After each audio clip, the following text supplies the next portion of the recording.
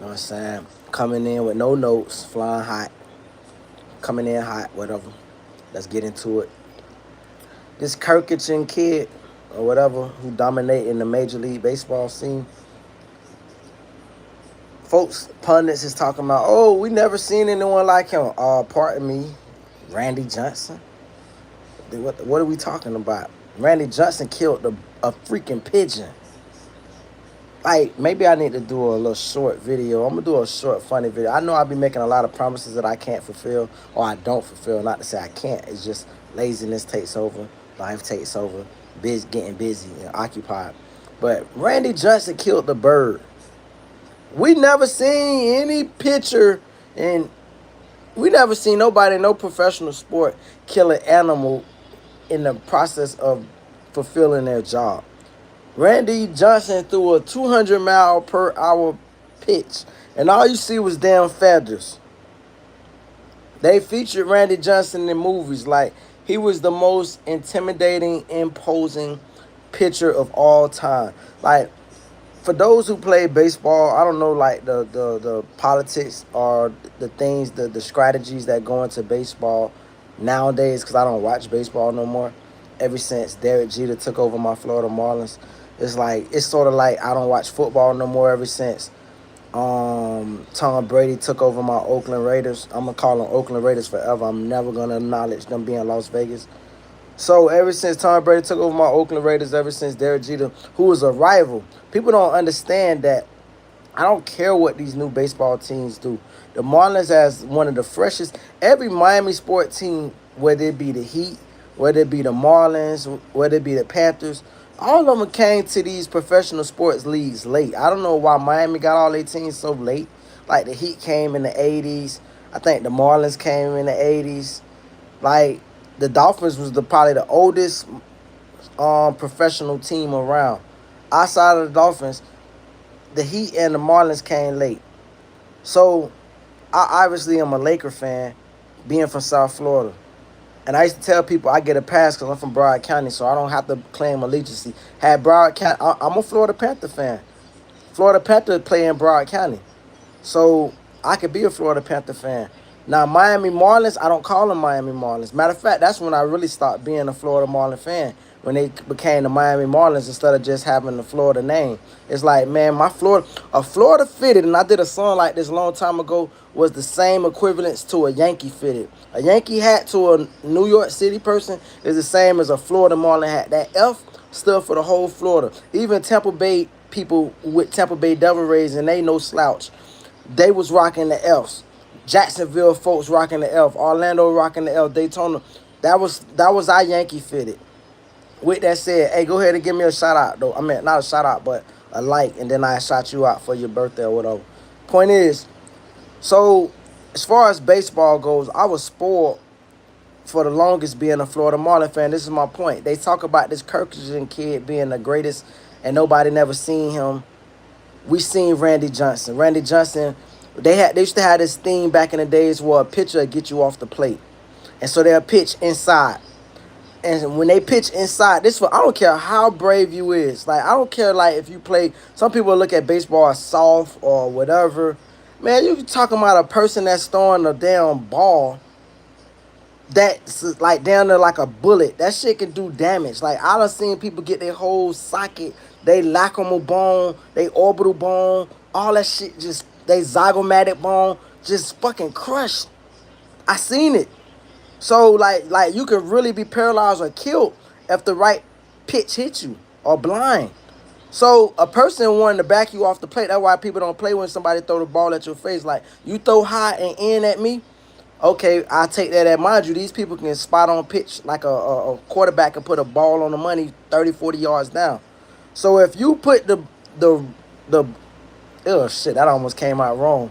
If you pitch too close to where I'm standing at in my vicinity of my face, I'm ready to go out. I'm ready to leave this mountain with this bat. Because like Playboy, when we're not playing no games. So my coach used to have this thing was, when we was playing baseball, my coach would put these, I don't know if they still do this drill, but to make sure you stay or whatever in the batter square, are in the pocket. What he does basically is he put these baseball bats behind you. So if you step back, you're gonna fall every time because the baseball bats is gonna roll. And that was the worst part because even if the pitcher just pitch a regular pitch and you step back because you scared, it was a lot of guys they used to try to stand on the very end of the hitter's box and then they try to swing. You get struck out so fast because you can't get that momentum. My favorite hitting stance of all time, not my favorite baseball player by far, but my favorite batter stance was always Jeff Badwell. Y'all go look up, y'all do y'all research and y'all do justice on Jeff Badwell.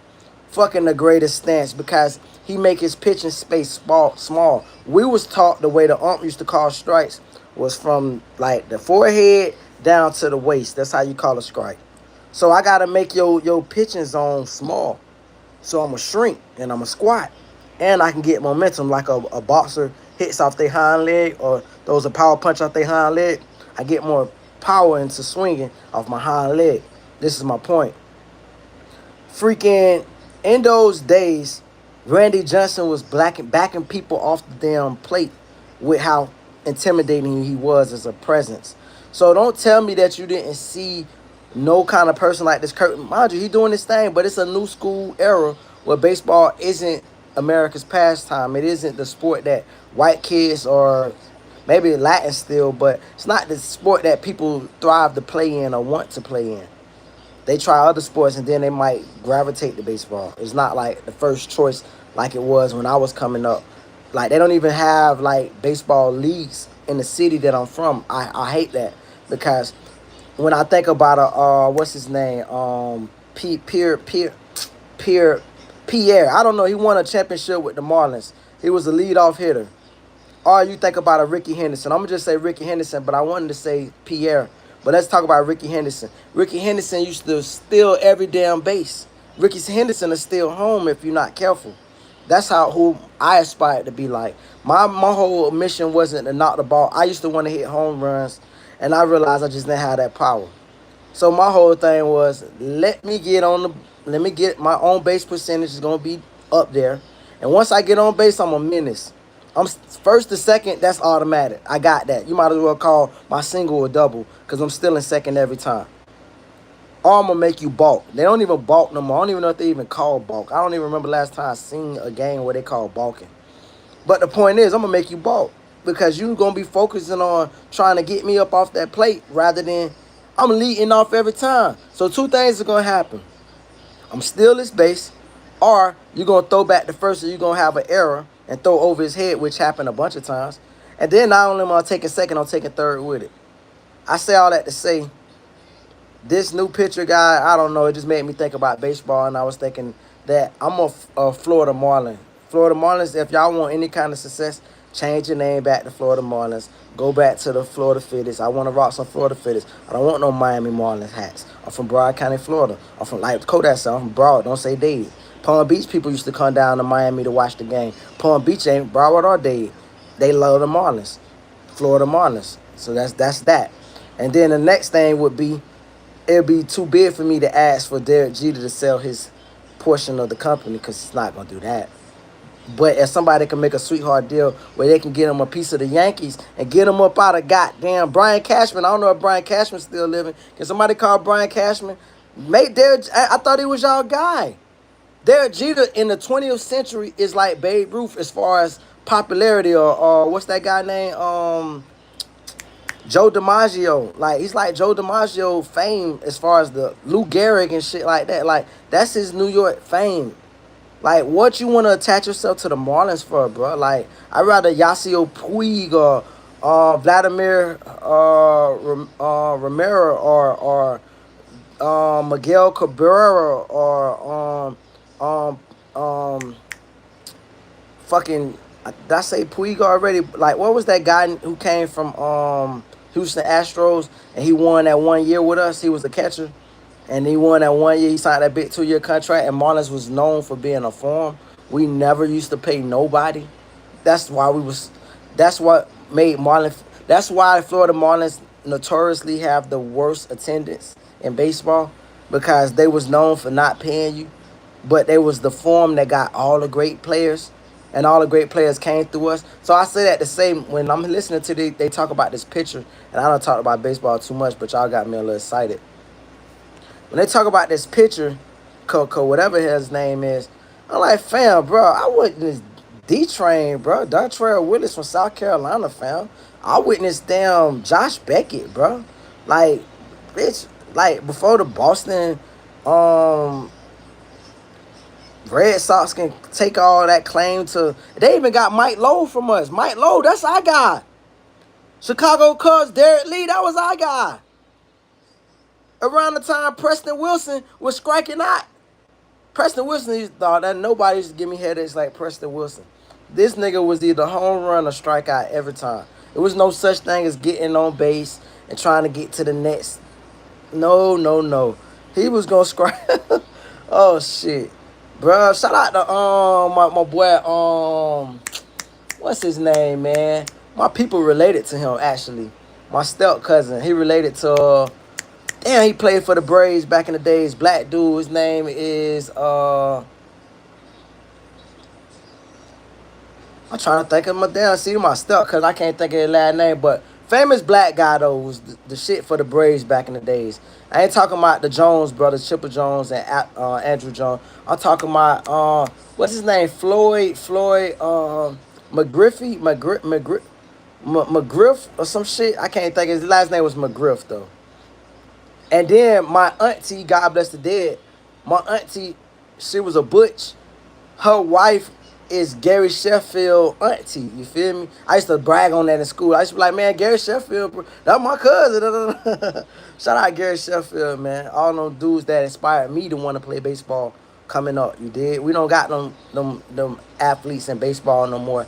And it's kind of shocking because everybody want to put their hat in the race to play this sport and that sport. Shout out to Deion Sanders. Shout out to Bo Jackson. But everybody want to play. Shout out to your boy play for the Arizona Cardinals. I don't know if he's still with them. They quarterback Tyler Murphy. But like nobody understand that these boys used to get big boy contracts. And they still do, but it's like 10 years now because they got to dilute the money because nobody watching it like they used to. Anyway, move to the next sport. Now, this wasn't going to be about sports. It's going to be about a lot of things. But I start off with baseball. Now, I want to talk about this Johnny situation. I disagree with Tony Kornheiser and Mike Wilborn, whose name I couldn't think of the other day. That's my favorite show, PTI. Greatest sports talk show of all time. Just me being an old school classic kind of person. So, I agree with both of their tape. Tony Kornheiser acting like, why would you want to go to Miami? Why wouldn't you want to go to Miami? He made the argument Boston over Miami. I could sleep talk Miami over Boston. Who the hell you think was keeping Boston from going to the finals the last couple years? Miami. Who kept putting Boston out? Jason Tatum and Jaylen Brown. Miami. With less talent. But better coaching. And mind you, to say better coaching is crazy because Boston Celtics have been blessed to have Ime Udoka and Joe Mazzulla, which is top 6 coaches, in my opinion, in the league right now. You can't name... If you name the top 6 NBA coaches, and now I know Mike Brown going to catapult up there because we're going to look at him. We should look at him different. We should look at LeBron different.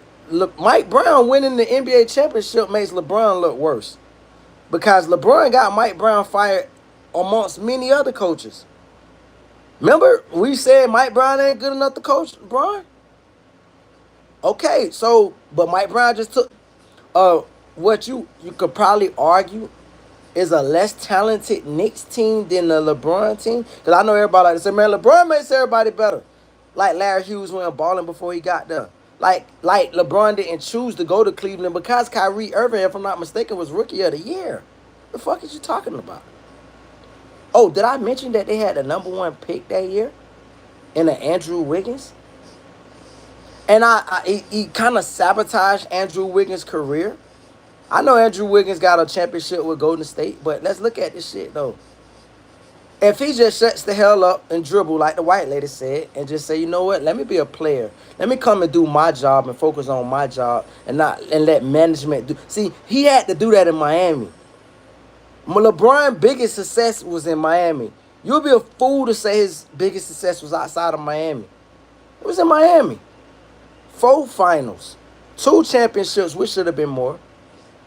But 2 championships, that was because he had to shut the hell up and dribble. And I say that respectfully, but I say it jokingly and ironically or sarcastically to say that some players shouldn't have they. Can you imagine? Like let's go back to Jerry Cross real quick. We're finna go way back to the Jordan days. Everybody carried this agenda to say, oh, Jordan retired because he had racist management or this, that, and this. Jordan retired because he couldn't make horrible fucking executive decisions that he's made in Charlotte as a player. If they would have let Jordan put his team together like they let LeBron, Jordan would probably have 2 rings just like LeBron, and we'd be talking about Jordan in the finals so many damn times. Jordan had to shut the hell up, focus on basketball, and let the damn basketball minds do basketball things and put the basketball people around him. Had if LeBron, I could put it like this. If LeBron would have been drafted by Miami Heat, my bad, because he came before D-Wade. That means D-Wade would have never existed. If LeBron, after his first 4 years in Cleveland, wouldn't have read up with Cleveland and went straight to Miami Heat in his 5th year, LeBron, all that 6, 7, 8, 9, that could have been a real thing. Because he could have learned why he was still a pup, 22 years old. That means 4 years in the league. He could have learned that, damn, bro, let me focus on the basketball end and let me trust in my management to do the right things. And let me have a GM that say, I'm not firing the coach because you disagree with him. De'Aaron Fox. Because you disagree with him. I'm not firing the coach. Matter of fact, we'll let you go. Because I done seen this guy improve under this coach. I seen this guy improve under this coach. I seen this guy improve. At what point do the coaches get some like rank or motherfucker say, you know what, the player gotta go? I know people gonna say from a GM standpoint, the business aspect of it. Even on 2K, I do the same shit. You're gonna choose the player when you can go try to find a coach, this and that and that. But I'm gonna tell you a lesson I learned, which is unrelated, but I'm gonna make a funny lesson, 2K lesson. I let go of my boy, like my real life boy. What's the white boy name? I can't even think of his name. Used to coach OKC. He won 2 championships with the Florida Gators basketball, which is my squad. I'm a Gator, football, basketball, baseball, everything sports Gator. I got Billy Donovan. So I get Billy Donovan in my 2K league or whatever. Nigga, I ball out. Now, I got fired as a GM with the Suns. I'm talking about 2K. I was so pissed because I got us up to second in the conference, but I went on a loser streak, like a 9-game loser streak, and these motherfuckers fired me. So, boom. I say, you know what, just to be petty, let me go to the Kings who had the worst record. So I go to the Kings. Boom. I hired Billy Donovan. He's a free agent. But the chemistry is fucked up. Like, I can't keep this motherfucker satisfied because I don't like to play every game. Like, and when you're not, like, bringing these bitches in the office and shit, they morality goes down and they want to quit or whatever. So I say, you know what, let me let go of Billy Donovan. He went to the Grizzlies. I had, like, 2, 3 different coaches I was having success with regardless. The fucking Grizzlies became a nightmare. Fucking nightmare. Jaren Jackson, Ja Morant. These niggas was down there impossible to beat. If I'm going to be honest, I reset the game on their ass about 1 or 2 times. Because I was pissed. I felt like the refs bumped me. Maybe they just outplayed me. But point is, I end up getting this fucking computer-created coach with no badges, right? I get him. Bring him in. This motherfucker is always satisfied, loyal, this, that. Does a great job where I can simulate and I don't got to play nothing but the important games. Got to the point where I wasn't seeing no player progression. That's the point that I'm going to bring all this back around. So I wasn't seeing no player progression. I'm like, well, fuck. I go Google, like, yo, how do my coach, like, develop these attributes, like the teaching? Like, when I play 2K, I like the motherfucking hat, the scholar hat.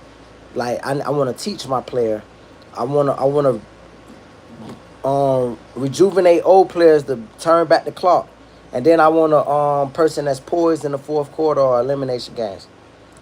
So I was like, how do I get this? Boom. They said you can't teach these skills for a coach. They either got it or they don't. It don't matter how many championships you win with them. If they don't got that skill set already, they're not gonna never develop it on 2K. So I had to fire him. Okay, so currently in my current season, I fired him. He went to the Celtics. Celtics has the #1 record. I went and got Steve Kerr. Mind you, I'm late into my 2K season. So, like, I got Steph Curry. Steph Curry about 38 years old. I couldn't get him from a trade for nothing. I tried to trade, like, the best shit for Steph Curry. Like, I'm talking about 14 stars, the damn 4 stars. They would not give up Steph for shit until his contract ended. I already stole Klay Thompson from them. So, boom. And they wouldn't give up Draymond Green, surprisingly, either. That nigga stuck in free agency right now. Anyway, damn. Steve Kerr was available. So I said, well, let me get Steve Kerr. So mind you, I got an old ass Steph. I'm talking about my current season. I'm making a point with all this. I'm going to bring it back home. So Steph Curry and Kyrie come off the bench because they old as fuck. And they like mentor. I use them for mentors to mentor my younger players or whatever. Teach them their skill set. So now my team is like on autopilot. These niggas is balling like a motherfucker. Like, I don't know if Steph Curry gonna ever be a real coach in real life. He should. I don't know if Kyrie ever gonna be a real coach in real life. He should. Fundamentals is everything. So you're here, Diddy, man, bro.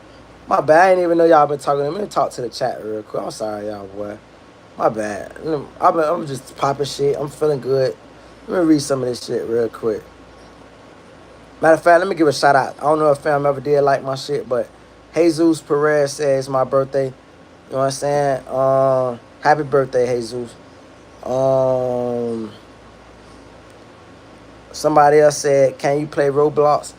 Man, my daughter be asking me about Roblox. I won't let her get on that shit. Matter of fact, y'all brought me to a whole nother subject I want to speak on. What I'm going to start doing videos on and what I ask parents to monitor. I'm going to start doing like voiceovers on child cartoons because that's all my baby seem to be into. And she just turned 5. And I'm like, what the fuck? Like, it be kind of funny because I be understanding the lingo that they're using and my baby don't understand. But she likes it. I can't say she don't understand, but I would imagine she don't understand. Like, they be showing Sonic the Hedgehog. Why the hell my baby would like Sonic the Hedgehog? That's like when I was coming up. But yet they do these little, like, new eras slang and, like, voiceovers. So I'm like, some of it be, like, lit kind of. I'm like, yo, this type of stuff that if I was smoking, I would get high, like, watch these type of things. Like, yo, this is funny. But she just finds it naturally funny. My problem is this. Because I've been saying, you know what, let me watch. I was doing my daughter hair because I'm a super daddy. Like, I did my baby hair. Oh, I put, like, all type of jewels and raw shit on her. Anyway, so I'm doing her hair and she watching the tablet. So now I get to see, because I hear this shit all the time and I just don't come look. Some of these videos, niggas is up under the videos. Like, they doing a small face, like a mirror of, like, you know, like a person can do like a sub screen or whatever up under a video. And they're just there. And I'm like, this is weird. If my baby gonna watch a cartoon, watch a cartoon. I don't need a grown-ass man. Like, if I do a voiceover, I'm gonna do a voiceover. I don't need your face all in the damn screen while the cartoon is damn playing, dog. Like, use a grown man. Why my daughter need to see your face, fam? Like, that would be my videos to watch. Niggas get beat up on that foolishness. So, as far as somebody asked me about Roblox, I ain't letting my daughter on it because I can't set a nigga up to get their life taken. Because that's what's gonna happen. I ain't playing about my jit at all whatsoever. So, like, I don't got time for, it's I'm not, look, as soon as I go to touch, she go, I'm not suggesting, all I'm saying is, I ain't put my shit on that platform. If y'all want to put y'all kids on these different platforms, this and that, that's why I even thought about, at one point in time, I was doing something called Daddy, and it was going to be me and my baby show. It's going to show us cooking. It's going to show all the fun things we do so I can encourage other parents and I can just highlight certain things. You know how people use their child as a symbol as to this is great or this is what you could do. Like, I see this blind lady. I mean, a lady with a blind child. She lets her blind daughter get up there and recite things. Wonderful child of God. Melts my heart every time. I like all the videos. I don't have it. I'm a dad. I guess that's dad and being a man. I know such suckers online. Like, even putting your kid online, you at risk of somebody sitting naked in their mama living room Their mama dead or in the back room like Norman. Y'all ever heard of Psycho? That she's dead somewhere in a rocking chair. And he's sitting in there just throbbing and just these sick, demented people. So I can't like just say, you know what, oh, this is good and I'm getting these likes or people was watching me because we're doing so awesome. Far as I know, a person gunning at the screen. So like I can't play that game of like she has such a great personality and I think my baby would have been awesome. Even like now if it was this is where I ain't gonna say I'm hypocrite, definitely not hypocrite, but if it was like an actual gig like Tia and Tamara little brother, he played smart guy, he played on Full House, that's why I first remember seeing him. Them childhood stars like Mary Kay and Ashley Olsen, I would have a I would be close to like when I say near and dear, like nigga, like you couldn't even oh well she's loud on set and you're not nigga please, are you kidding me? Fuck your life. So that would have been me like super micromanaging just so she could have her fun and do her thing because she got the personality and the spunk. But I just can't let the world, I can't let my baby see this fucked up world, dog. That's just really what it comes down to. So anyway, I just wanted to say that because I got motivated to say, man, these guys really getting these kids' attentions by doing voiceovers. Even with them playing with like little dolls and shit, puppets and shit. These kids is literally watching it. And to an adult, it's like this dumbass shit. But to a kid, it's like fascinating. So I'm like, oh, I could do that because I do this with my baby all the time just to make her laugh. So I'm gonna take some time, set up another channel. I don't want to construe. I hate when they ask me, is this meant for a kid? Because certain things I think is meant for a kid. But I would never advise a kid to like and subscribe to me. And that's another thing about these little kid shits too, I noticed. On all the little things, like they got this thing right on this little Sonic thing versus Knuckles or whatever, Tails. It'll say, Tails, I'm gonna get you. It'd be like the bad guy. If you don't want me to get you, you better have those fans like and subscribe. So a gullible kid, shout out to my baby, because I ain't never taught her the like button and the subscribe button. She just like flicking through videos. So I don't want to never teach her about the like and subscribe button because that's a fucked up thing. Like, it's crazy that we need likes and subscribe in order to get to the next step or level. Because like, why should I have to like every video? If I liked it, I liked it. I know I liked it. You can see by, I think the retainer, how long you retain a person, it should count that. As far as likes, there shouldn't be no such thing as likes. Subscribe, okay, you can keep that. But likes, like, or dislikes, if you don't like it, just flip through. Because you could just be a hater and you actually liked it, but you just want to be an F-boy and just dislike it. Should be no likes and dislikes. I just feel that personal way. And so it was like, it tricks the little kids. It says, hey, like and subscribe now. And then we'll say it. And then the kids mess around, like and subscribe, then something else happened, or they like. They said, well, you might have liked it, but if you don't subscribe, I'm like, it just keeps going on and on. And there's another thing I want to say too. It lead me on to the next subject, segue to the next. So I want to leave this clear before I leave that subject. I don't want no kids following and liking this channel.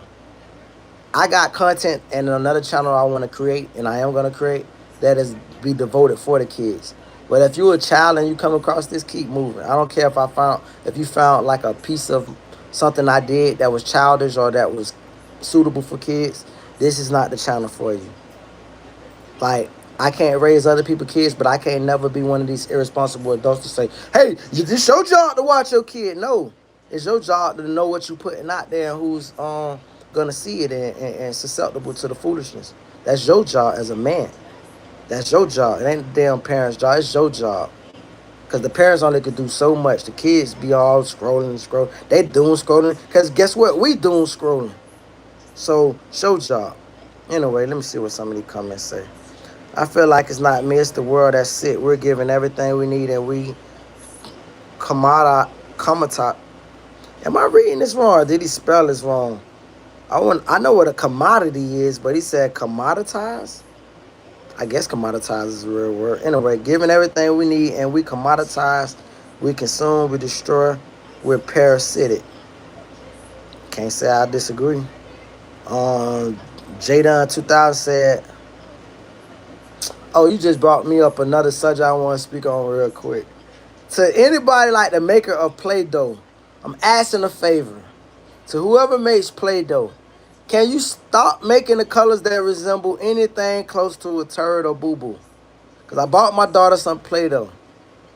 Don't even make the colors that mix and match the mate like once you mold them up. My baby was doing all this raw ass shit with Play Doh, right? Creating all type of stuff. I'm talking about it was so dope. It was like she was doing like back when I was a jit, and this before my time. They had this show called Gumby, and Gumby used to be like this Play-Doh figure. It was just like an awful show, but it was something called Gumby. So she making all these Gumby like figures, and I'm like, yo, this girl got talent. And I went to sleep.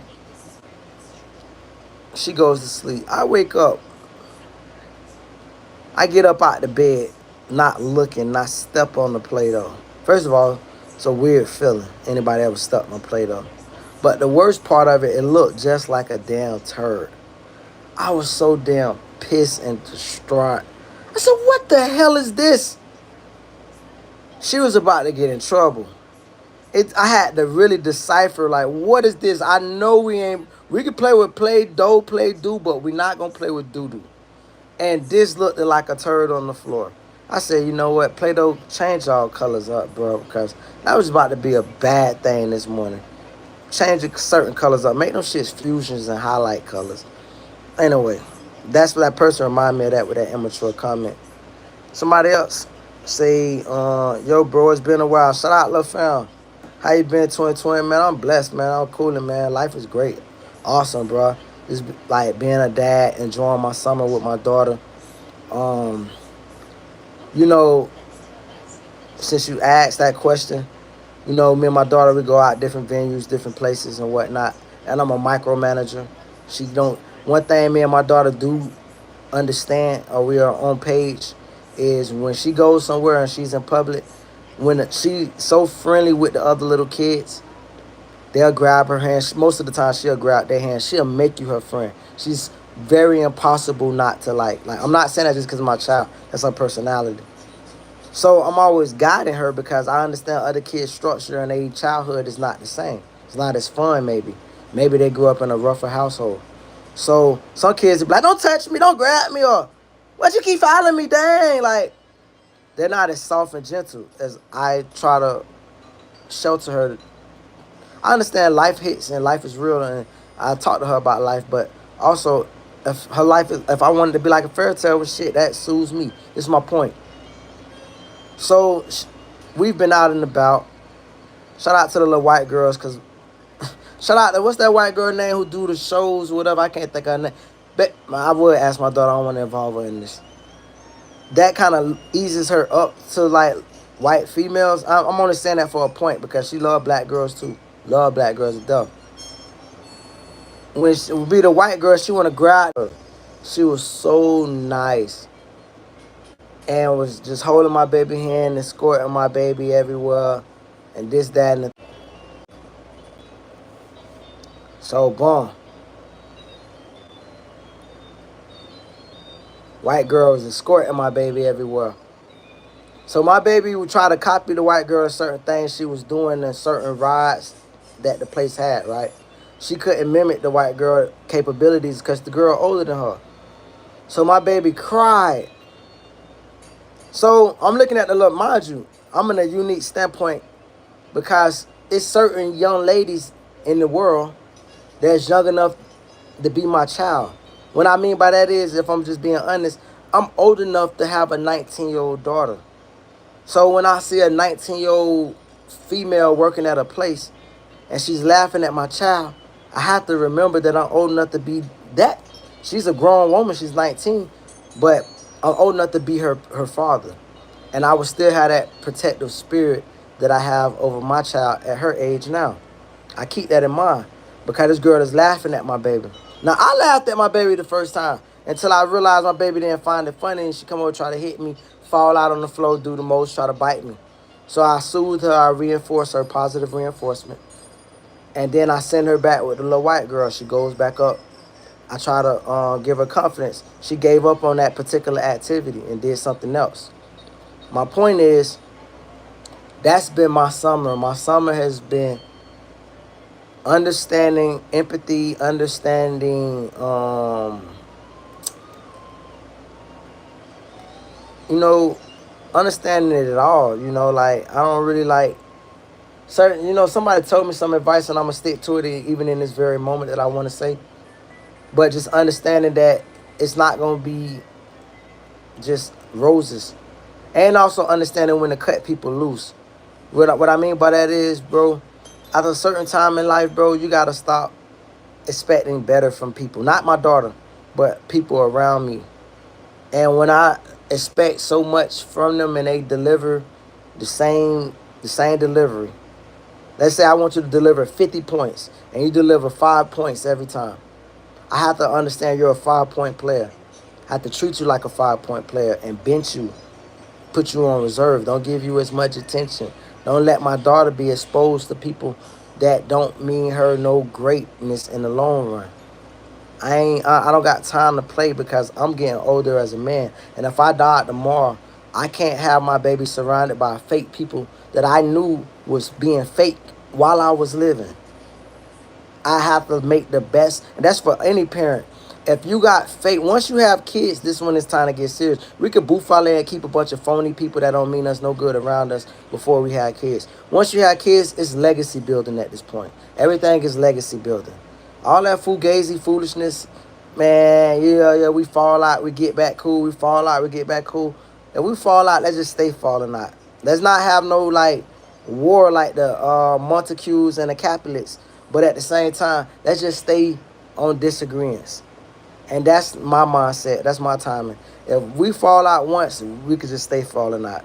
I got so many people that play that phony stuff with me, then they hit my phone. Let's come on. I don't got time to pander to that. Only person I can pander and have unconditional. My dad told me something when I was a teenager. And I took what he said and I reversed it because I disagree with him, but I'm glad he told me this. He said, son, I love you. I love you conditionally. He said, I didn't know what conditional love meant. He said, only people in this world I ever loved unconditional was my mother, and I love my daughters unconditional.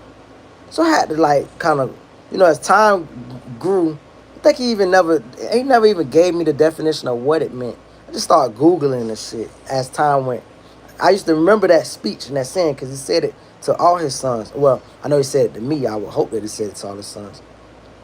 And once I start looking up unconditional, I realized, oh shit.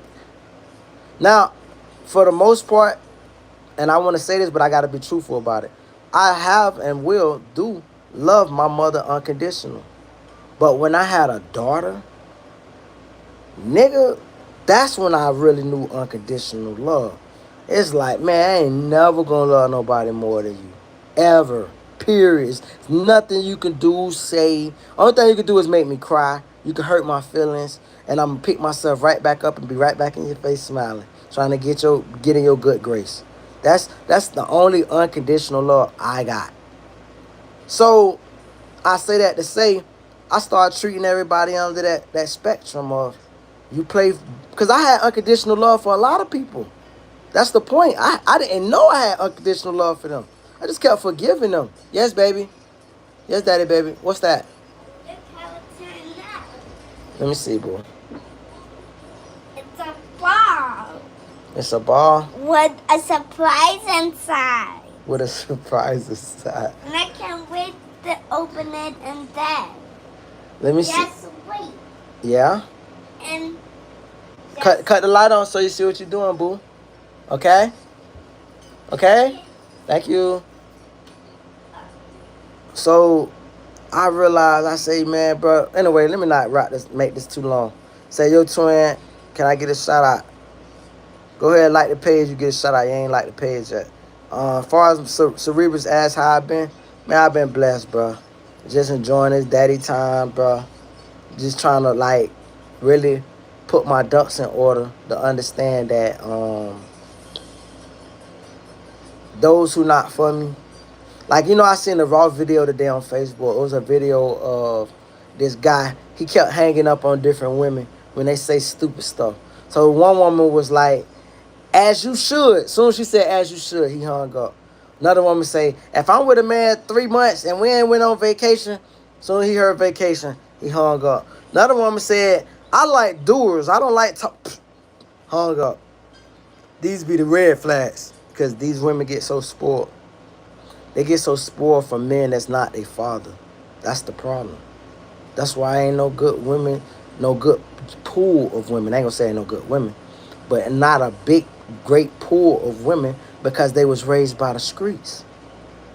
They was raised by the fucking R. Kelly's of the. Let's talk about R. Kelly real quick. Let's make it make sense real quick. Right? I just recently started listening to certain R. Kelly songs I just can't deny. Because I just realized, you know what? The nigga locked up. I ain't got nothing to complain about. I'm never going to be the one advocating for him to be free. Keep that nigga locked up. We got his music already, nigga. Like, nigga, fuck it. We got your music. So, I know how to differentiate the music from the man. With that said, damn, the R. Kellys of the world come and they court a young female. They find a poor. I give you a perfect example. I told a story before in time years ago, or time or whatever ago, but I speak of this story again. A girl in high school, she's looking for her cheerleading outfit. Whose horrible ideal it is for the cheerleaders to go fucking door to door knocking, raising funds for. I don't know who horrible ideal it was. You would almost have to look out like, is this like candid camera type shit? Cause at this point in time, I'm like 25, right? So I'm young, still, but like not young enough to be fucking no 10th grader. So I'm young. She comes knock on the door. I got my shirt off and shit, cause I don't know who knocking on the door. Shorty there. She said, "Hey, She look at me. She paused. It's so funny because I met another chick like this who was of age by door to door. I don't know what was the theme back then. Bitches was doing door to door sales. So she look at my body, this and that. I see she like blushing and shit. I said, "What's up?" She say, I was just trying to like raise some money. Sort of like how Girl Scouts sell cookies, but she wasn't a Girl Scout. And she was trying to sell me something. I said, "I'll do you a favor, babe. Not only am I finna give you more than what you asked me for, not only am I finna let you keep," I think she was trying to sell me like some cookies type shit. "Not only am I finna let you keep the cookies, give you more than what you asked me for." I said, "The only reason I'm doubling what you asking me for is because the double part is for you to not knock on nobody else's door." I said, "If I hear about you knocking on somebody else's door, I'm going to go cuss your mama." I was a wild nigga back in the days. I'm going to cuss your mama. I really mean I'm going to spit in your mama's face, and if she say something stupid, I might punch your mama in her shit. Just because this before I had a jit, but I had been wanting a jit. Yes, baby. This was I made myself a surprise. Okay. Listen. Let me see your surprise, babe. This is kind of very cool. What exactly is it? It's a surprise that was on the edge, and then the edge was nothing. It looked like he's flying through the air on, damn, what's the name of one of them cartoons where they fly through the air like that? And he's flying on something. My Little Pony. Your Little Pony. Okay, come make something else raw for me so I can show off. Go redesign it into something beautiful else. Yeah, redesign. Design just mean create, okay? Okay, babe. So, boom. Damn. I say this to say this, let me wrap this story up. 3 years later, I see little shorty. Maybe she done finished school by this time or something, but she's pregnant and she's working at like Wendy's or Dunkin' Donuts. And I said to myself, look how life works. Ain't nobody get that boo-boo. We used to have this thing when I was coming up. We used to say, man, you got some mango seasons. Mango season mean a full year. Or so if it's one mango season, that's a full year. Or a couple mango season, that's 2 years. That was our terminology we use, mango seasons. You let a chick become of age before you jump into that pool.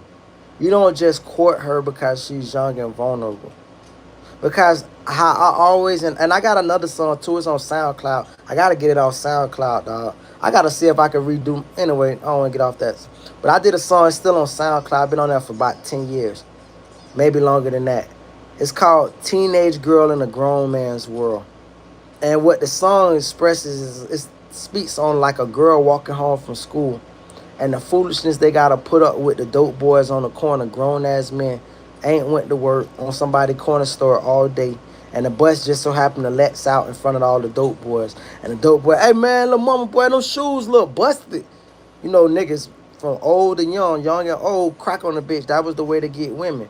You just shame her in her poverty. Oh, bitch, you ain't got no edges. Oh, bitch, you bald. Oh, bitch, your hair ain't dead. Oh, bitch, look what kind of car you drive. That shit was prevalent then, and it's gonna be prevalent to the end of nigga time. So you shame her on her poverty level. And I think we kind of created incidentally this beast that we're facing now, which is the only thing these bitches looking for is money, money, money, money, money, because they never had a father that say ain't no nigga can't give you. I can't go no place and the nigga say, hey man, oh cute kid, boy, here go $1 for her. Keep your dollar. You can say here go $1,000,000. Keep your $1,000,000. If it ain't for me. Dead ass serious. Somebody left when I said that. I don't know what kind of sucker MC was in this bitch thinking they could buy babies. Can't buy this one. Got me fucked up, nigga. So all in all, that's the life that you gotta set a standard for your child as a father. That's where your father come in into it is, baby girl, I'm gonna do all the spoiling. Like, you know how a lot of people say, I give my baby anything she want in the world. You can't, because financially you can't. You can't get yourself anything you want in the world. What I can do is try my best to get her most of the things she want. Can't get you anything, because I can't afford anything for myself. But if you list some things and it's reasonable, I could definitely go get it. And if it's just some normal necessities, that's written. So, and that's what it is. And when a woman grows up, a female grows up into a woman, and she understand that, man, I had a dad that really laid it all out there for me, financially provided for me, kept a roof over, just kept a roof over my head. The roof over my head was my roof that he got for me. It's gonna be very hard for a man to come in and entice her with money. So of the Diddy's of the world, because somebody mentioned Diddy earlier in the chat, you can't be a Cassie, you can't be a 50 Cent baby mama, because the money don't rule you. You know, I thought about this raw skit, and I'm gonna do a skit. It's gonna be a dope ass skit. I'm gonna write it. In this skit, it's about a man who keep his guns behind his back. He keep 2 pistols, and he keep them behind his back. And when people ask him, why do he keep the pistols behind his back? His reasoning for that is, I don't want to tell the theme, I just want to give you a synopsis. He said, because I'm not led by guns. See, the reason it even started up, because a man got in an argument with a man about something, and he said, I'm a leader. And the man asked him about why this man did a certain thing. He said, I don't give a fuck what you say, I'm a leader. He like, well, who are you leading? He said, you don't see no 2 niggas behind me? And the nigga looking over his shoulder, he looking for 2 niggas. And then finally, at some point in the conversation, the man turns around, lifts his shirt, and his 2 pistols on his backside. And so the question comes, why do you got these 2 pistols on your backside? He said, cause I don't let a gun lead me. I lead. I make the decisions, not the gun. The gun don't make the decisions. I make the decisions. And it's deeper than you think, so I'm gonna leave you confused right there, because if I get a whole plot, then it's the point of me writing shit. But it's a deeper plot to that. But it's basically the man said, I lead. Having said that, bringing it back to parenthood, when you lead and you set a positive example for your children, you can't guarantee that they're gonna go off into the world and emulate everything you spoke of. But these things gonna constantly reverberate in their brain, like especially with a young lady. And I say that to say, because by putting the roof over her head and giving her the roof that is over her head, it's gonna be hard to entice her on some, oh, you're poor, I don't give a fuck if it's a bigger house or you're a millionaire or whatever you call. She's gonna be like, yeah, but I've never wanted for nothing. So what can you do with those kind of females? I met those kind of women who had strong fathers. They talked about that strong father on the episode of Good Times. So you meet no kind of, most men try to avoid those kind of women because they're looking for somebody they could play on. They're looking for somebody they can shun and say, oh, you poor ass, oh, bitch, I got more money than you. I done said to bitches, I got more money than your daddy. I'm doing better than your daddy. Even if I ain't got more money, I'm doing better than him. That's just a natural thing to say as a man. Like, it's a fact. It's part of these women problems. It is their problem.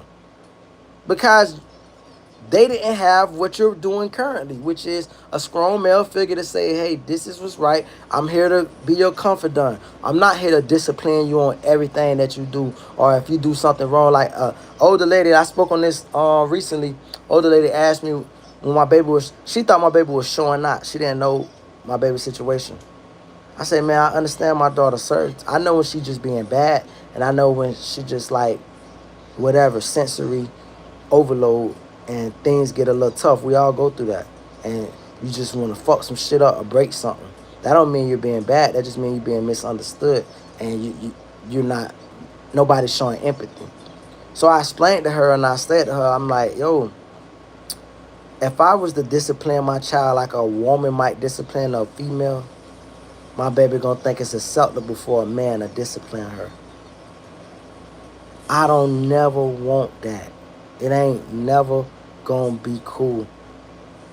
Cause guess what? A nigga try to discipline my baby.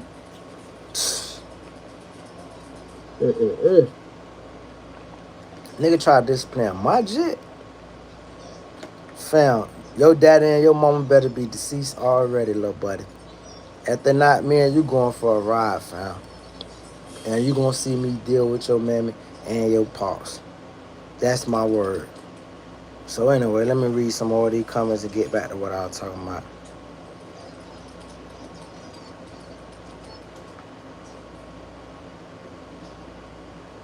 Brain melting from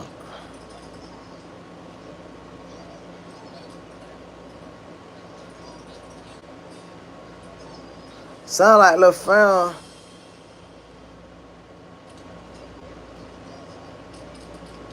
Matter of fact, I thank you for confirming what I always kind of felt, which I want you to look dead in my face. That shit moved me none. You can take your little light back if you is one of the three lights. I'm the type of dude, I like to play dumb. Like they said, a smart person can play dumb, a foolish person can't play smart. So, little fool Joe was talking crazy, which I always felt like it'd be robotic activity.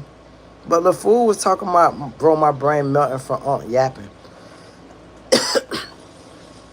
Yapping? Ain't you supposed to be in Ireland, little buddy? Like, seriously, fam. Like, let's just say you is the little fat boy, because I do my research. The little fat white boy playing video games. And I felt weird about the shit, because I was like, I don't want no little white kids following me, dog. Like, not no little white boys following me. I can't trust you little white boys. Y'all put kind of accusations on Michael Jackson. Y'all put all the y'all fuck Mike life up, nigga. Mike thought, bitch, he was just super famous and super cool. He could have a little white boy come spend the night. Bitch, you little white boy cannot spend the night over here. If you did spend any time, only complaint, you're gonna come back in, mommy. You're gonna come back and show your mama your fingers and shit. You're gonna have all these blisters on your hand. You're gonna have all these calluses like I got. You see no calluses right there? See all the calluses? And she can be like, son, what happened? You know, you got a little white hands, so they're gonna be pink and red and shit and purple and blue. And you're gonna be like, mommy. She like, son, what did he do to you? He had me in the back picking cotton. I didn't even know black people grew cotton. And I'm gonna make sure you pluck every little piece of a cotton like there was no such thing as a cotton gin. How you last back there. Go ahead, little Billy. Go, little Bobby. Pick that cotton now, boy. Come on now. I got some nice sweet lemonade. Iced lemonade. Sweet tea. But I need you to pick at least 100 pounds of cotton before you could get this sweet tea. But now I jokingly say all that though. It's love for everybody though. But I don't like. That's why I say about this little social media thing that I'm very weary of is I don't want no fans, dog. Like, I don't. Like, I want, like, people that come and get their little lights and keep that shit pushing. Having consistency in fans and I don't. Like, I'm not friendly as a human being, dog. Like, I'm not a bad person either. And when I say I'm not friendly, let me clarify that. I'm very friendly. I just don't make friends. If that make any sense. When I meet people in public, if we was to have like a little exchange, verbal exchange, I'll be very cordial and friendly. That's who I am. That's who I was raised to be. But as far as me go out and try to be consistently a guy that you can call upon or call you consistently, or if you come over my house too much, I'm gonna cut you off. I'm gonna be like, hey, yo, you coming over too much. Don't let me have an old lady. Oh, you definitely can't come over. Nigga, I'm so green when it come to women. You can't come over my house, boy. Nigga, please, you can't even know where I stay. Nigga, what? I don't want to be spazzing on my old lady, cussing out, telling her, hey, put some clothes on, man. These niggas coming. No, it's not no Burning Man show where niggas play poker in the basement and shit. Nigga, no.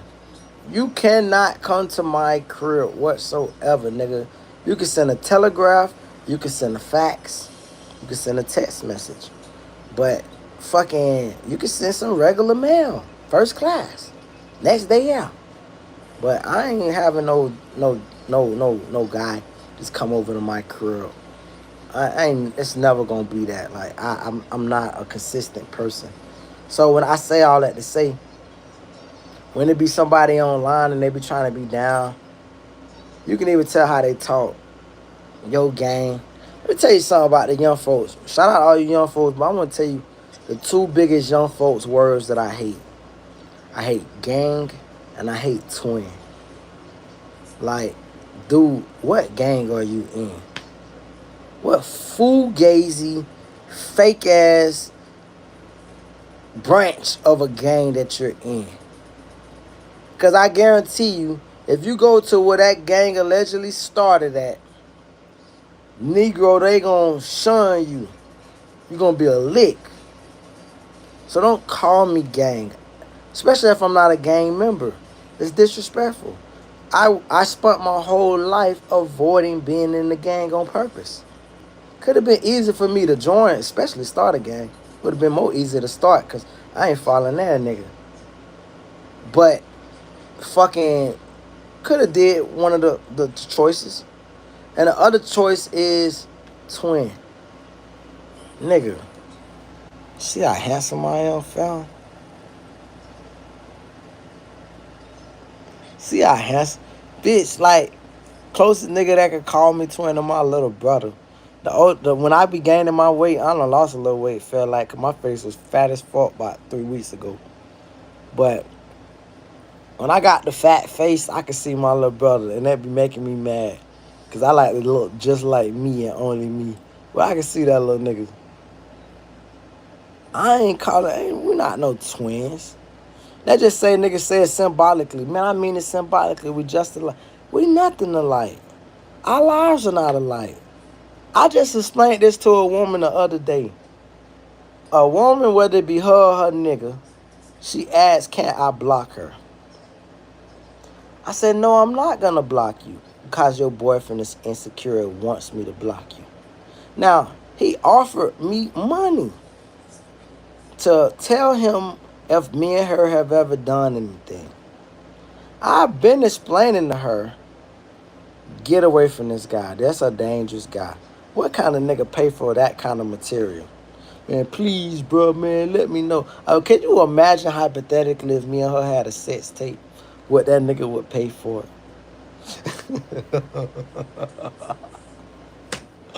It's wild. It's wild. So it's like, it's crazy. So it's like, I told her to get away from this nigga, but some women is gladly willing to be these niggas. It's like a cow. A cow, for all the country boys, a cow eat out of your hand. Bruh, there's a machine that can punch a bullet hole through a cow head. Just like they got the little stamper, you can punch a hole through the gator head with that one shot. You stab it, but it shoot the bullet at the same time. A cow would eat out your fucking hand all the way up to the machine. You can hold a cow up under his chin, put the fucking gun in his head, and he will eat out your hand to the left. He probably take an extra lick after you blow his brains out. That's how friendly, unsuspecting, unaware this cow is. So this nigga is asking me for any damning information I could give about his old lady. And all I'm telling this nigga the entire time is, bro, I don't know what you're talking about. We have completely innocent relationship. We've never did anything whatsoever. But that nigga don't want to hear it. So every 2-3 weeks, this nigga is constantly hitting me up, trying to play like her. And I'm constantly playing along with the bullshit. But I'm not saying nothing crazy. I'm just like playing along. Even though I know it's the nigga. It's just like he thinks he's so smart. So it's like kind of entertaining and I'm petty all at the same time combined. But it's like yesterday I get this little message. And I was on my shit yesterday. I was on my bullshit. I was like, man, today is the day you get your feelings hurt. Stop hitting me up. So the little bitch like, oh, nah, this really me this time. That don't be me texting you. Oh, you think? So the bitch say, this, that, and the third. Say these messages, screenshot. I ain't doing none of that shit. Block him. Block me. No, I'm not doing none of that shit either. Fuck that. Matter of fact, you know the money that nigga tried to pay me for information? He could pay me. Look, this nigga finally want to give me an estimate.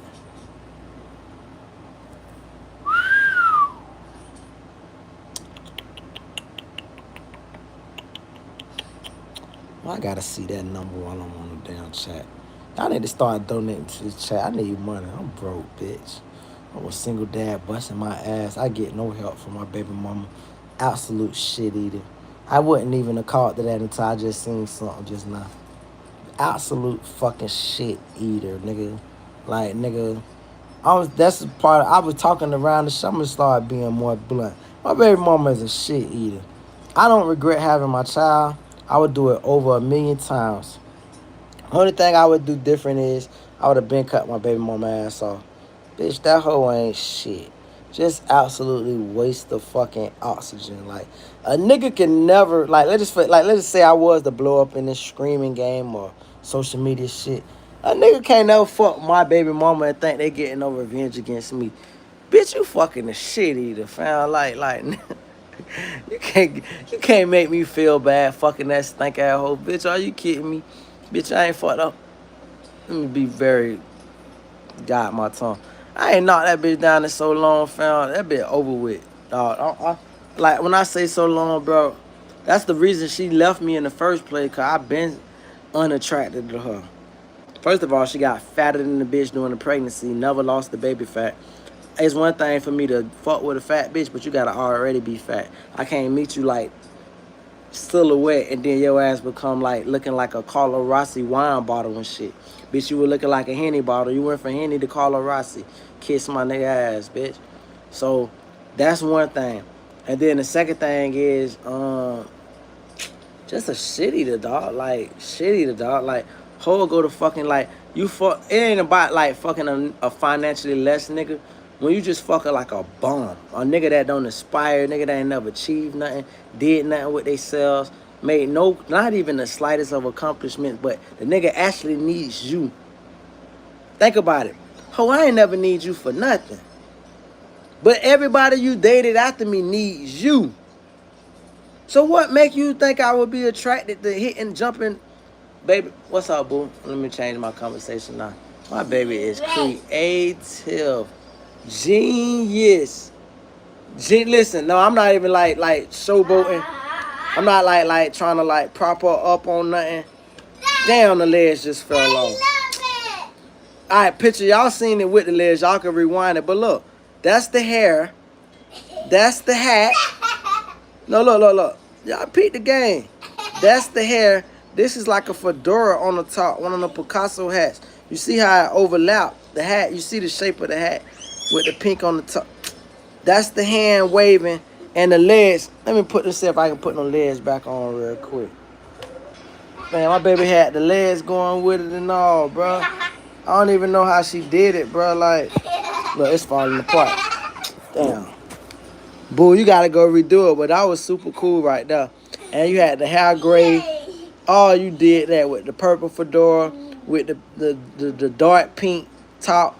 Oh, you did that. You did that.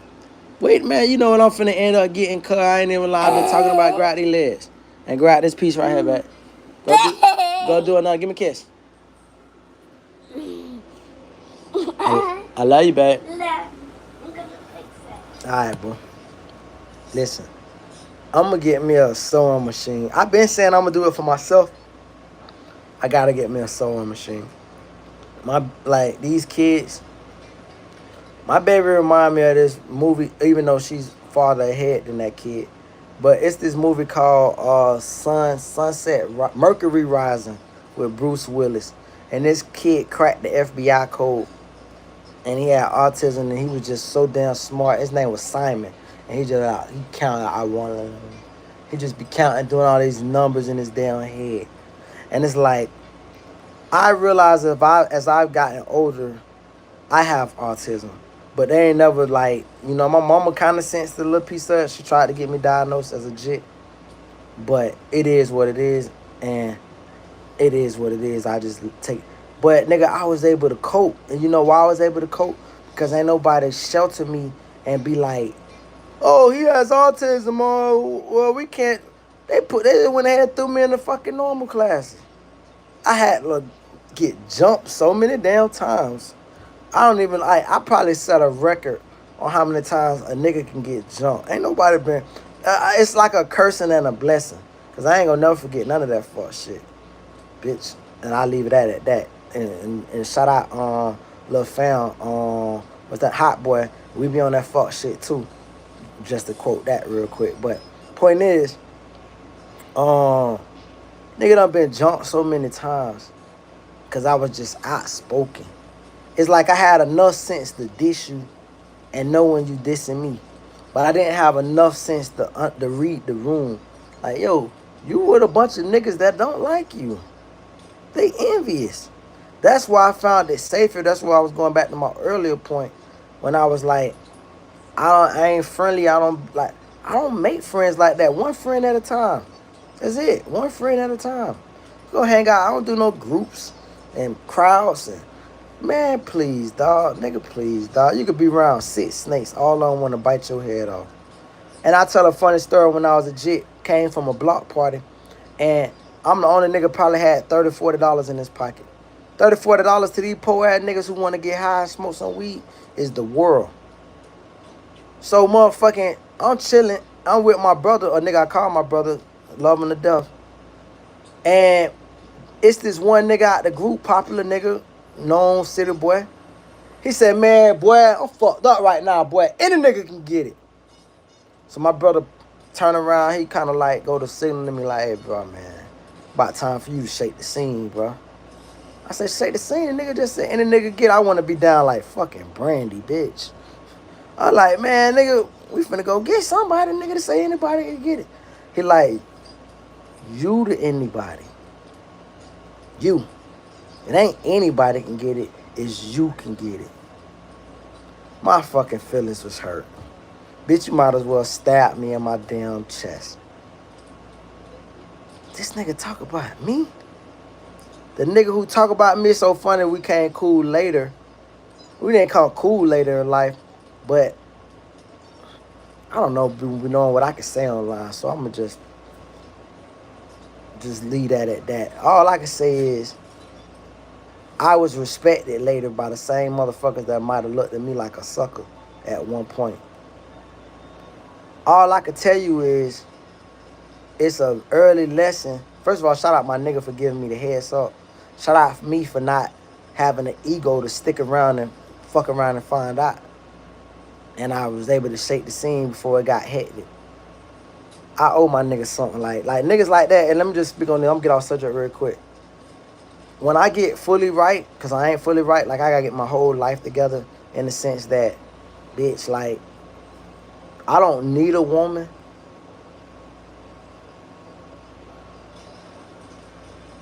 That's kind of hard to say that. Like, I hate when I say I don't need a woman. I do feel like I need a woman. I just want another. You finished with it, babe? Yes. Come show me, babe. I made the iron just like. Let me see, boo. What? It's gonna fall apart the more you jiggle it. You gonna show me or not? Yes, but I want it to be up. You said what, babe? Oh, you getting creative with it? Okay, well, show me when you're ready. Now I gotta change up this convo because my boo just came out to me. Oh, so, matter of fact, it's time for me to have a vibe, catch a vibe real quick. Come on, babe, show me. Let me see.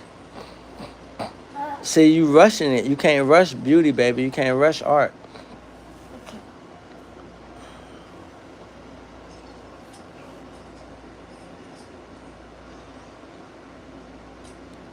That's why I'm gonna start another channel. What it is? No, I do want to do the kids, but you never know who's seeing. Take your time. Take your time. I think it gotta like be a certain temperature. It's kind of hot. You gotta bring it in front of the AC and let the AC make it cold. Take it in front of the air conditioner. Stand up under it, and then let it get cool a little bit. While you do that, let me get me some coffee. When you let it get cool, it'll be easier to form. When it's hot, they want to melt and fall apart. But yeah, dog. I don't want to say I don't need a woman, but I would extremely love to have a woman that's capable of stepping in on some stepmama shit, bro. Like a woman I could trust. And I said this in one of my songs called Super Baby. It's a tough role for a woman to step in as a stepmama to my daughter. Because rule one, you can't discipline her physically. You can't. Can't do no cruel or unusual shit. None of that. If my baby tell me any deficiencies with you, my baby say, oh, she made me hold some books out till my arms was killing me. You could tell her go to sleep and she gonna respect it. The biggest thing you can say to her is, I'm gonna tell your daddy. That means everything to her. But what you can't do is think you gonna discipline my baby. Bitch, I'm gonna beat the shit out you. You think you gonna touch my child. It's not gonna happen. You think you beat my child, I'm gonna beat you. So that's not gonna happen. So it's a conundrum I find myself in. Because it's like, if I can meet just a loving, like Miss Tamika. Like, where the hell is Miss Tamika at? Like, where do Miss Tamika live? Like, that's what I don't understand about these celebrity niggas. They be wasting their celebrityhood. Bitch, if I was a celebrity, bitch, I want to meet, like, childhood heroes I had a crush on who still young enough to get smashed. And I want to meet Miss Tamika. Bitch, like, hold on, watch this. Hold on. Daddy, baby? Yes. When the last time you watched Miss Mika? Mika? Yeah, you like Miss Mika? Like what? You shout out. Do Lucky. you like Miss Mika? What does Miss Mika talk about? What does she teach you? Have you ever heard of Miss Mika? You don't even know who Miss Mika is. Daddy, baby. You don't even know who Miss Mika is. You know who Miss Mika is, Daddy, baby? Yes. Who is Miss Mika? Lucky. Anyway, I need a female like Miss Mika that the kids love. All that white. What's the white lady name? What's the other lady name like Miss Mika? No, I ain't talking about none of your teachers. I'm talking about the lady on YouTube. She just like Miss Mika. What's the other one? She wear the overalls. She wear the jumpers, the blue pants. She teaches just like Miss Mika on YouTube. What's her name? Well, anyway, give me one of them two kind of women that the kids gravitate to and the kids love. Then I'd be complete, bro. Like, as far as I can start off trying to build something like big, like for real. Like I don't think I've done nothing other than what was necessary. Like that's my humility. My humility is I said this the other day, but I can't remember if I can remember how I stated it. I said, um, I'm humble. I have humility for everything God has done for me, but I have no humility about what I want to aspire to do. So I can pop shit on everything that I want to do, and like I have no humility to say I'm not satisfied. I'm not. Like I don't think like nobody will say, "Oh, you're not humble, or you're not appreciative, or you're not thankful." I'm just not satisfied because it's so much I haven't done. It's so much others got to do that work far less. It's so much I feel I deserve. And achieve these things, they're gonna happen regardless, because I really do believe that.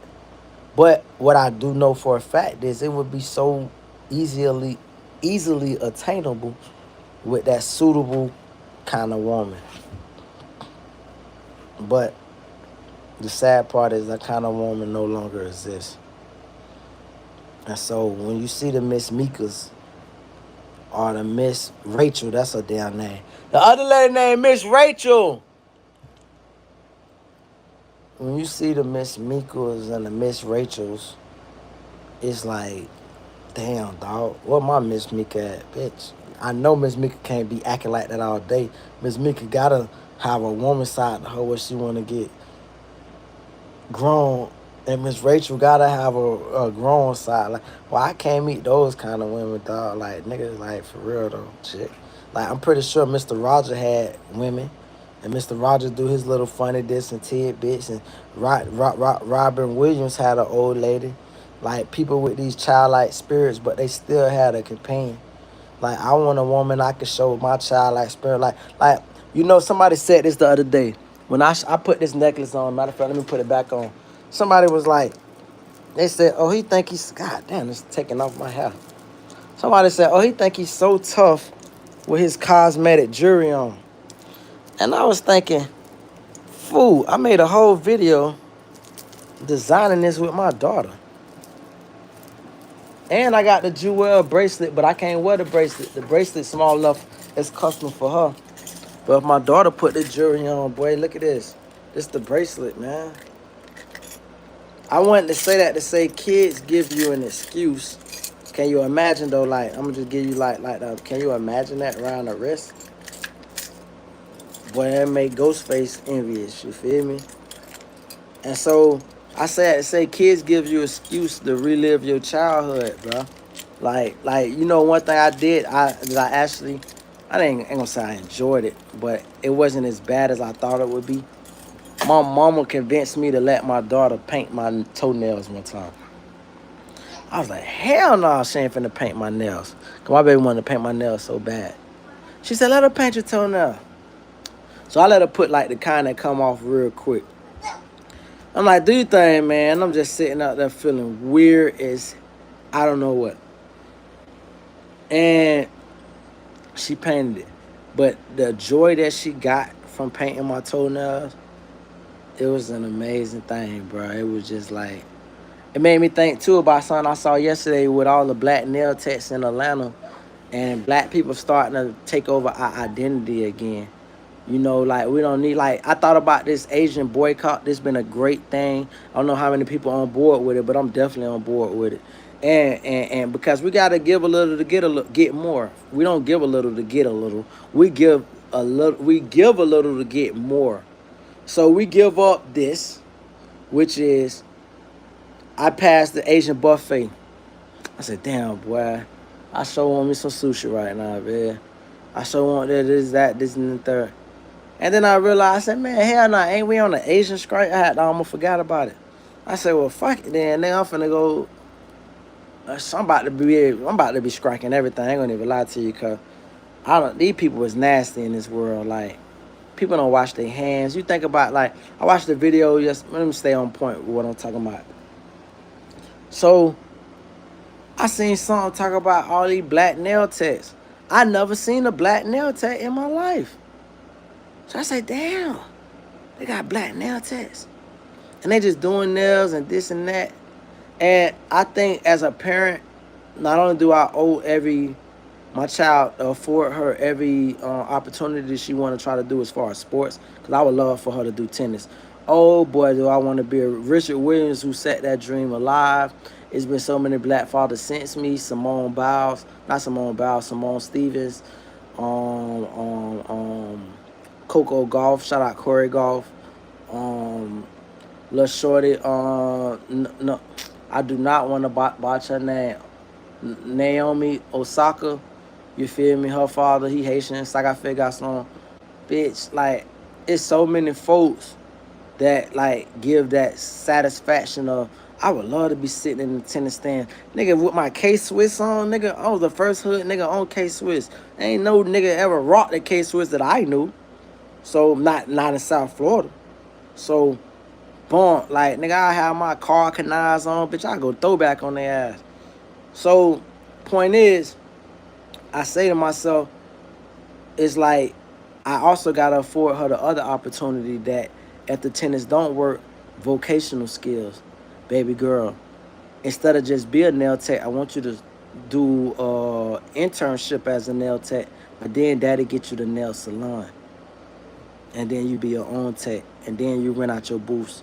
Because that's how all this stuff works. Barbershops, nail techs, beauty salons. It works all. It's just a rental thing. Hey, listen, my shop, it creates business. More business than you can create inside your living room. Because what else reason would you go get certified when you can do it in your living room?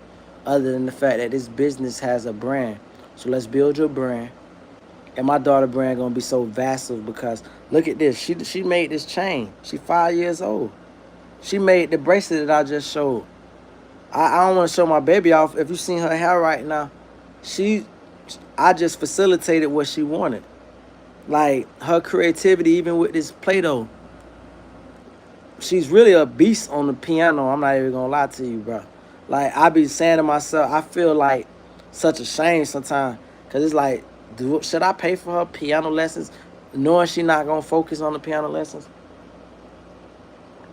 But my baby can play like 20 different theme songs. I'm not even gonna lie to you. And that's another thing I thought about too. I'm gonna give some game on. Probably ain't no matter of fact, I ain't giving no more game on. I'm gonna keep some of this for myself. Bottom line is, it's a whole creative world, Jit. You feel me? And we gonna start putting this into play. And I'm gonna start being a better man. I think I've already done great, but if I keep patting myself on the back about how great I've done, I'm going to lose inspiration to be even better because I know I could do a lot better. So, with that said, nigga, just being a great father, becoming a better person, human being in the process. You put it in front of her, let's see how I look, boo.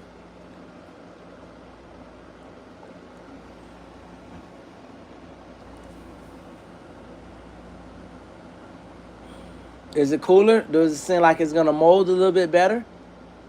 My baby made a beautiful flower last night, too. It was amazing.